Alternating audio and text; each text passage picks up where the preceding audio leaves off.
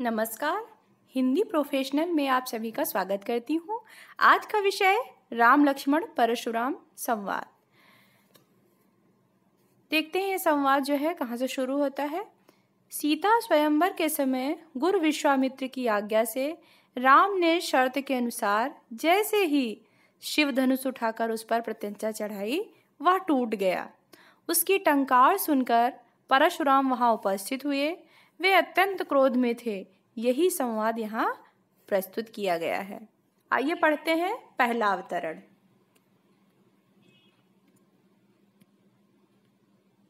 नाथ शंभु धनु भंज निहारा। परशुराम के क्रोध को देखकर श्री राम बोले कि हे नाथ, शंभु धनु अर्थात शिव जी का धनुष, भंज निहारा मतलब तोड़ने वाला, होई है को एक दास तुम्हारा, आपका ही कोई एक दास होगा। आयसु काह कहे किन मोही। आयस मतलब होता है आज्ञा। क्या आज्ञा है, मुझसे क्यों नहीं कहते। सुनि रिसाई बोले मुनि को ही। यह सुनकर, रिसाई मतलब क्रोधित होकर, यह सुनकर मुनि अत्यंत क्रोधित होकर बोले कि सेवक सो जो करे सेवकाई। सेवक वो होता है जो सेवा करे। अरे करनी, अरे करई लड़ाई। शत्रु की तरह कार्य करने वाले से तो लड़ाई ही करनी चाहिए। सुनहु राम जेहि शिव धनु तोरा। हे राम, सुन लो, जिसने भी यह शिव धनुष तोड़ा है, सहस्र बाहु सम सो रिपु मोरा। सहस्र बाहु के समान ही मेरा शत्रु है। सो बिलगाओ बिहाई समाजा। सो बिलगाओ, बिलगाओ मतलब अलग हो जाए इस समाज से, वह इस समाज को छोड़कर अलग हो जाए। नत मारे जय हैं सब राजा, नहीं तो सभी राजा मारे जाएंगे। सुनि मुनि वचन लखन मुस्काने। परशुराम के वचन को सुनकर लक्ष्मण जी मुस्कुराए। बोले परशु धरहि अवमाने। अवमाने मतलब अपमान करते हुए, और उनका अपमान करते हुए बोले बहु धनुही तोरी लरिकाई। कि बचपन में हमने बहुत सी धनुही तोड़ डाली। कबहु न सिरिस कीन्ह गोसाई। किंतु आपने ऐसा क्रोध तो कभी नहीं किया।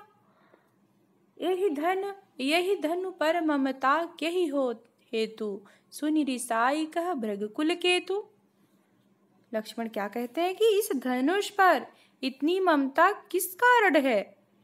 यह सुनकर भृगुवंश की ध्वजा स्वरूप परशुराम जी क्रोधित होकर कहने लगे। क्या कहने लगे कि रे नृप बालक काल बस बोलत त्वहि न संभार। अरे बालक, तुम काल के वशीभूत होकर भी संभाल कर नहीं बोल रहे हो। तुम्हें यह होश नहीं कि तुम क्या बोल रहे हो।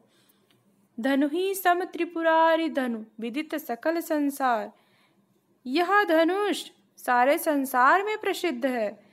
क्या यह धनुष धनु ही के समान है। इस प्रकार से परशुराम ने लक्ष्मण से कहा। अगला अवतरण देखते हैं। लखन कहा हंसी हमरे जाना, सुनहु देव सब धनुष समाना। लक्ष्मण जी ने हंसी मतलब हंस करके कहा कि हमारी जान में, हे देव सुन लीजिए, हमारी समझ में सारे धनुष एक ही जैसे हैं। का छति लाभ जून धनु तोरे। पुराने धनुष को तोड़ने में, क्षति मतलब हानि, और लाभ, पुराने धनुष को तोड़ने में क्या लाभ और क्या हानि। देखा राम नयन के भोरे। राम ने तो इसे नया समझ कर ही देखा था। छुअत टूट रघुपत ही न दोसु, मुनि बिनु काज करई कतिरेसु। परंतु यह तो छूते ही टूट गया। इसमें रघुनाथ जी का कोई दोष नहीं है। रघुपत ही न दोषु, रघुनाथ जी का इसमें कोई दोष नहीं है, क्योंकि यह धनुष तो छूते ही टूट गया। मुनि बिनु काज करे कतिरेसु। हे मुनि, आप बिना किसी कारण के ही क्रोध कर रहे हैं। बोले चितई परसु की ओरा, रे सठ शून्य हु स्वभाव न मोरा। परशुराम जी अपने फरसे की ओर देखकर बोले, अरे दुष्ट, तूने मेरा स्वभाव नहीं सुना? बालक बोली, बधऊ नहीं तोई, केवल मुनि जड़ जान नहीं मोही। परशुराम जी ने क्या कहा, अरे दुष्ट, तूने मेरा स्वभाव नहीं सुना? मैं तुझे बालक जानकर नहीं मारता हूँ। अरे मूर्ख, तुम मुझे भली भांति से नहीं जानते हो। बालक बोली, बंधे नहीं, बंधे मतलब वध कर रहा हूँ, बालक समझ कर ही मैं तुम्हारा वध नहीं कर रहा हूँ। और अरे मूर्ख, तुम मुझे भली भांति नहीं जानते हो। अब देखिए अपने बारे में परशुराम क्या बता रहे हैं कि बाल ब्रह्मचारी अति कोही, विश्व विदित क्षत्रिय कुल द्रोही। कि मैं बाल ब्रह्मचारी हूँ और अत्यंत क्रोधी हूँ, कोही क्रोधी हूँ। विश्व विदित अर्थात सारा संसार, विदित मतलब जानता है कि मैं क्षत्रिय कुल का शत्रु हूँ। भुजबल भूमि भूप बिनु कीन्ही, मैंने अपनी भुजाओं के बल से कई बार पृथ्वी को राजाओं से हीन कर दिया। विपुल बार, विपुल बार मतलब अनेक बार, मही देवन दीन्ही, ब्राह्मणों को दान में दे दी। इस पृथ्वी को राजाओं से हीन करके उसे ब्राह्मणों को दान में दे दी। सहस बाहु भुज छेद निहारा, परसु बिलोक महीप कुमारा। महीप कुमारा मतलब हे राजकुमार। सहस्र बाहु की भुजाओं को काटने वाले, सहस्र बाहु मतलब उनकी हजारों भुजाएं थी। परशुराम के फरसे ने सहस्र बाहु की सारी भुजाएं काट दी थी। तो क्या कहते हैं कि हे राजकुमार, सहस्र बाहु की भुजाओं को काटने वाले मेरे इस फरसे की ओर देखो। परसु बिलोक महीप कुमारा, परसु मतलब परशुराम ने, बिलोक देखकर। देखो मातु पिता ही जनि सोच बस, करसि महीष किशोर। क्या कहते हैं परशुराम कि हे बालक, तू अपने माता पिता के बारे में तो सोच विचार कर ले कि मेरा फरसा बड़ा भयानक है। गर्भन के अर्भक दलन, परसु मोर अति घोर। गर्भन अर्थात गर्भों के बालकों को भी यह जो है नाश कर देता है। जो बालक गर्भ में है, इस फरसे का नाम सुनकर के ही जो है गर्भ में ही मर जाते हैं। आगे देखते हैं। बिहस लखन बोले मृदुबानी, अहो मुनीसु महाभटमानी। बिहस मतलब हंस करके लक्ष्मण जी ने कोमल वाणी में कहा, अरे मुनि, आप अपने को बहुत बड़ा योद्धा मानते हैं। अहो मुनीसु महाभटमानी, आप अपने को बहुत बड़ा योद्धा मानते हैं। पुनि पुनि मतलब बार बार। मोहि दिखाहु कुठारू, मोहि मतलब मुझे दिखा रहे हो क्या फरसा। चाहत उड़ावन फूंकी पहाड़ू, और फूंक से पहाड़ उड़ाना चाहते हो। अब क्या कहते हैं, इहा कुमड़ बतिया को नाई। अपने को भी वो शक्तिशाली समझते हैं, लक्ष्मण भी उनका अभिमान जो है खंडित करना चाहते हैं। तो क्या कहते हैं, यहाँ कुम्हड़ बतिया को नाही, यहाँ कोई कुम्हड़ की बतिया नहीं है। जे तर्जनी देख मर जाए, जो तर्जनी अर्थात छोटी उंगली को देखकर मर जाए। देख कुठारु सरासर बाना, और मैं कछु कहा सहित अभिमाना। लक्ष्मण क्या कहते हैं कि कुठार अर्थात फरसे और धनुष बाण को देखकर ही मैंने कुछ अभिमान सहित कहा था कि भृगुसुत समझ जनेऊ बिलो की, जो कछु कहत सहु ऋषि रोकी। भृगुवंशी समझकर और जनेऊ देखकर जो कुछ आप कहते हैं, मैं उसे क्रोध को रोककर सह लेता हूँ। अर्थात मुझे क्रोध आता है आप जो कुछ कहते हैं, लेकिन जो है आप जनेऊ आपका देखकर और भृगुवंशी समझकर मैं यह सब सहन कर लेता हूँ। सुर महिसुर हरिजन अरुगाई, हमारे कुल इन पर न गुसाई सुराई। सुर अर्थात देवता, ब्राह्मण, भगवान के भक्त और गाय, इन पर हमारे कुल में वीरता नहीं दिखाई जाती। क्यों? बंधे पाप अपकीरति हारे, मारत हूं पाप पारी तुम्हारे। कह रहे हैं इसलिए क्योंकि इन्हें मारने से पाप लगता है। बंधे पाप, इन्हें मारने से पाप लगता है और हार जाने पर अपकीर्ति होती है। मारत हूं पाप परिये तुम्हारे, इसलिए आप यदि मारें तो भी आपके पैर ही पड़ना चाहिए। कोटि कुलिस सम बचन तुम्हारा, तुम्हारे वचन कैसे हैं, तुम्हारे एक एक वचन जो है कठोर वज्रों के समान कठोर हैं। लक्ष्मण जी किससे कहते हैं? परशुराम से, कि आपका एक एक वचन जो है करोड़ों वज्रों के समान कठोर है। व्यर्थ धरहु धनु बाण कुठारा, तुमने व्यर्थ ही धनुष बाण और कुठार व्यर्थ ही धारण करते हैं, क्योंकि आपके वचन ही इतने कठोर हैं कि इनको धारण करने का कोई लाभ नहीं। जो बिलोक अनुचित कहूँ क्षमहु महा मुनि धीर। लक्ष्मण क्या कहते हैं कि इन्हें देखकर मैंने कुछ अनुचित कहा हो तो उसे हे महामुनि, हे धीर महामुनि, क्षमा कीजिए। सुनी सरोस भृगुवंश मणि, बोले गिरा गंभीर। गिरा मतलब होता है वाणी। यह सुनकर परशुराम गंभीर था क्रोधित गंभीर वाणी में बोले। क्या बोले? आगे देखते हैं। कौशिक सुनहु मंद यह बालक, कौशिक अर्थात विश्वामित्र, हे विश्वामित्र सुनो, यह बालक अर्थात यह बालक कैसा है? बड़ा कुबुद्धि है। मंद मतलब कुबुद्धि है। कुटिल काल बस निज कुल घालक, और कुटिल है, काल के वशीभूत होकर कुल घालक अर्थात अपने कुल का विनाश करने वाला बन रहा है, घातक बन रहा है। भानु वंश राकेश कलंकु, भानु अर्थात सूर्यवंश रूपी पूर्ण चंद्र का यह कलंक है। निपट निरंकुश अबुध असंकु, यह उद्दंड है, मूर्ख और निडर है। अभी क्षण भर में यह क्या कहते हैं? काल कवल हुई क्षण माही, अभी क्षण भर में यह काल का ग्रास हो जाएगा, अर्थात काल का भोजन हो जाएगा, मृत्यु को प्राप्त हो जाएगा। कहा हूं पुकार घोरी मोहि नाही, मैं सचेत कर देता हूं, फिर मुझे दोष मत देना। वे कहते तुम हटकहु जो चहु उबारा, कही प्रताप बल रोसु हमारा। यदि इसे तुम बचाना चाहते हो, किससे कह रहे हैं? विश्वामित्र से। यदि तुम इसे बचाना चाहते हो तो हमारा प्रताप क्रोध और बल बताकर इसे मना कर दो। लखन कहो मुनि सुजस तुम्हारा, तुम ही अक्षत को बर नहीं पारा।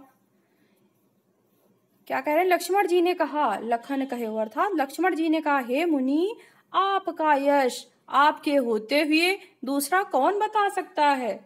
लखन कहे मुनि सुजस तुम्हारा, कि लक्ष्मण जी ने कहा कि तुम्हारे मुनि, तुम्हारे होते हुए भी तुम्हारा यश दूसरा और कौन बता सकता है? तुम जो है अपने गुण का बखान खुद कर रहे हो।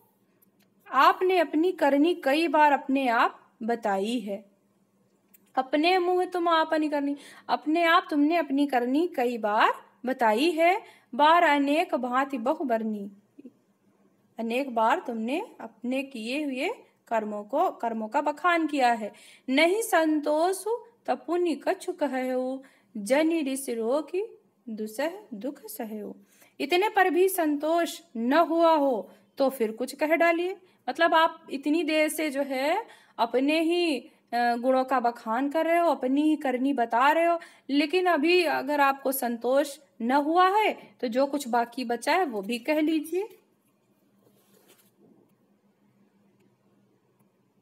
वीर व्रती तुम धीर क्षोभा, गारी देत न पावहु शोभा। लक्ष्मण जी क्या कहते हैं कि क्रोध रोग का असहनीय दुख जो है मत सहिए। क्रोध को रोकोगे तो तुम्हें बहुत दुख होगा, इसलिए जो है क्रोध को रोककर असहनीय दुख मत सहिए। आप वीरता का व्रत धारण करने वाले हो, वीर व्रती अर्थात वीरता का व्रत धारण करने वाले हो, धीर धैर्यवान हो और दुख से रहित हो। शोभा मतलब दुख से रहित हो। गारी देत न पावो शोभा, गाली देते हुए तुम शोभा नहीं पाते। सूर समर करनी करही, कही न जना वही आप, विद्यमान रन पाई रिपु, कायर कथहि प्रताप। शूरवीर तो युद्ध में शूरवीरता का प्रदर्शन करते हैं। सूर समर मतलब होता है युद्ध। जो वीर होते हैं वो युद्ध में जो है वीरता का प्रदर्शन करते हैं, कहकर अपने को नहीं जनाते। विद्यमान रन अर्थात युद्ध, तो शत्रु को युद्ध में उपस्थित पाकर कायर ही अपने प्रताप की डींगे मारा करते हैं। अर्थात लक्ष्मण ऐसी बातें कहते हैं जिससे परशुराम का क्रोध और भी ज्यादा बढ़ जाता है। अगला पैराग्राफ देखते हैं।